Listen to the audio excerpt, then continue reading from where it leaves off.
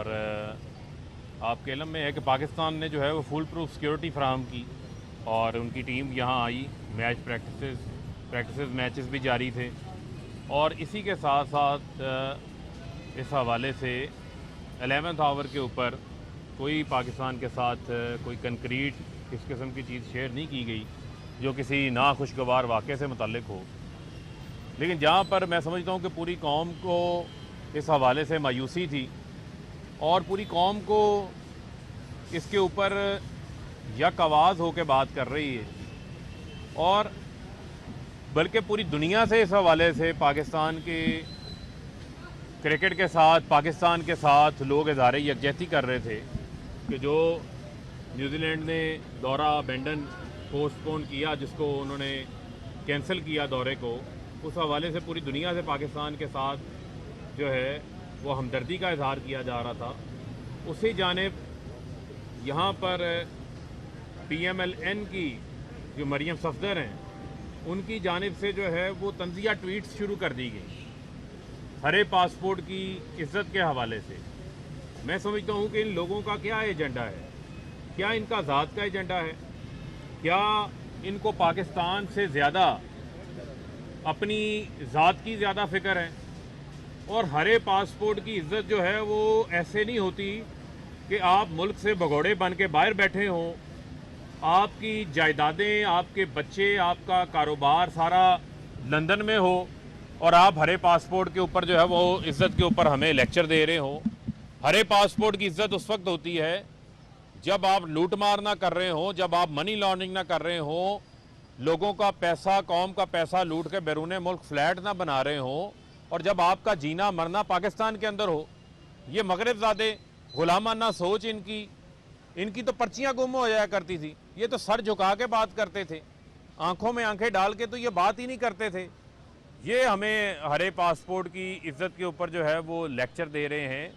ये बात वाज़े हो चुकी है कि ये कोई मौका ऐसा नहीं जाने देते जिस मौका के ऊपर जो है भारत को जो है वो खुशी ना हो सके, जिस मौका के ऊपर जो है बैरूने मुल्क पाकिस्तान का भारत जो है वो तंज ना उड़ा सके। इस किस्म की जो ट्वीट्स हैं जो इनके बाकी लीडरों की जानिब से भी आई, मैं समझता हूँ कि उससे इन्होंने छोटी सोच का सबूत दिया है। उससे कोई इन्होंने पाकिस्तान की जो है वो कोई सर्विस इन्होंने नहीं की। और यही वही लोग हैं जो मुंबई अटैक हुए, सबसे पहले नवाज शरीफ ने कहा जी कि अजमल कसाब पाकिस्तान रहने वाला है। हमला पठानकोट में होता है, FIR गुजरांवाला में ये दर्ज करवा देते हैं। ये इस सोच से बाहर निकलें, कौमी सोच अपनाएं। आप वही लोग हैं, जब ड्रोन हमले होते थे इनके मुंह से एक लफ्ज़ नहीं निकलता था। कुलभूषण यादव पकड़ा जाता था, इनके मुंह से एक लफ्ज़ नहीं निकला जाता था। वो इमरान खान ही थे जो ड्रोन हमलों के ख़िलाफ़, जिन्होंने लॉन्ग मार्च किया, ड्रोन हमलों को कौमी सालमियत के बारे में ख़िलाफ़ कहा। वज़ीर आज़म इमरान खान ने पाकिस्तान की सरजमीन को एब्सोल्युटली नॉट के ऊपर बात की उन्होंने कि हम अपनी सरजमीन नहीं इस्तेमाल होने देंगे। और हमारी बेहतरीन खारजा पॉलिसी कहते हैं पाकिस्तान दुनिया में तनहा हो रहा है।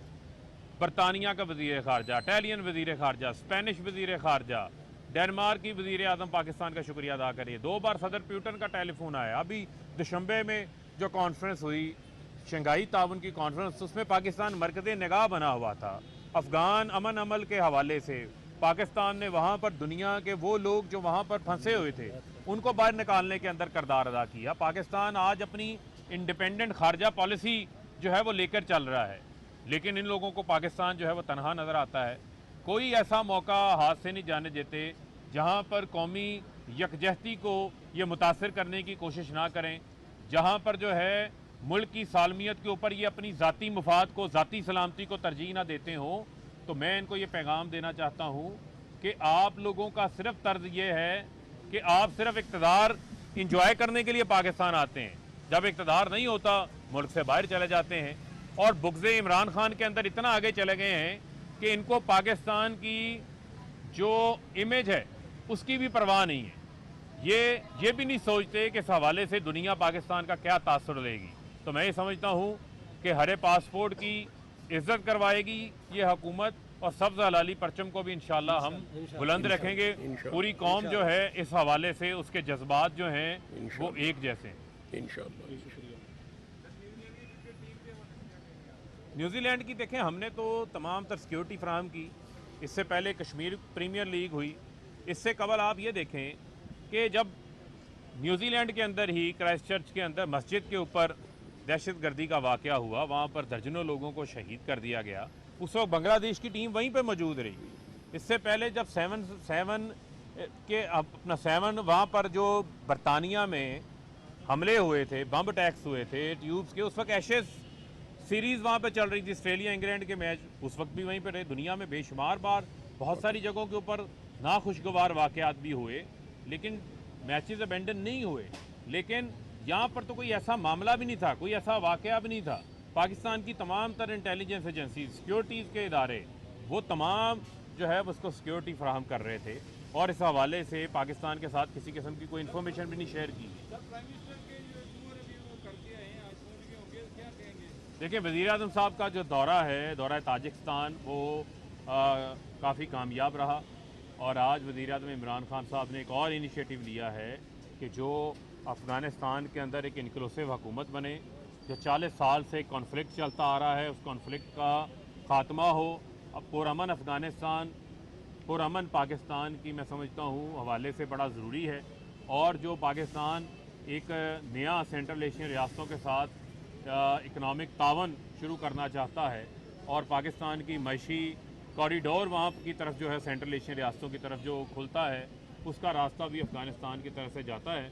तो हमें अफ़गानिस्तान के अमन के हवाले से हमने भरपूर कोशिश करनी है, और उस हवाले से भी इस दौरे के अंदर काफ़ी बड़े ब्रेक थ्रू मौजूद हैं। और भाई, एक तरफ तो हम दुनिया में मतलब अमन के लिए राहें हमवार कर रहे हैं, लेकिन हमारे अगर मुल्क की बात की जाए तो माफिया हमारे कंट्रोल में नहीं आ रहा।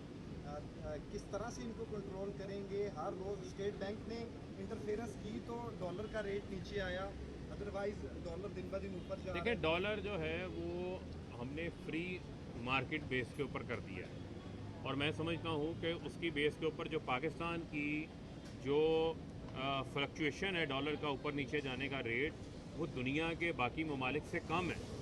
और इससे अगर आप देखें तो दुनिया में कोविड की दौरान मैशतों का भरकस निकल गया। आज ब्लूमबर्ग, यूएन की फूड एंड एग्रीकल्चर ऑर्गेनाइजेशन ये बता रही है कि पूरी दुनिया में 60 साल से ज़्यादा की जो है वो महंगाई की लहर आई है कोरोना की वबा की वजह से।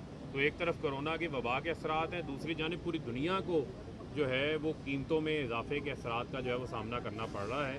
पाकिस्तान भी उसका सामना कर रहा है, लेकिन पाकिस्तान के अंदर उनका जो पास ऑन है वो उस तरीके से नहीं हुआ जिस तरह पूरी दुनिया के अंदर हुआ। और कोई वाइड मैन कौन है जो पाकिस्तान को तनहा करना चाह रहे? शेख मुजीब साहब। देखें, सबको पता है कि फेटस के अंदर पाकिस्तान की मुखालफत किसने की है? भारत ने की है। और भारत कोई ऐसा मौका नहीं जाने देता जो फेक न्यूज़ ना फैलाए, पाकिस्तान मुखालिफ इकदाम ना करे, उसको हम एक्सपोज भी करते रहें।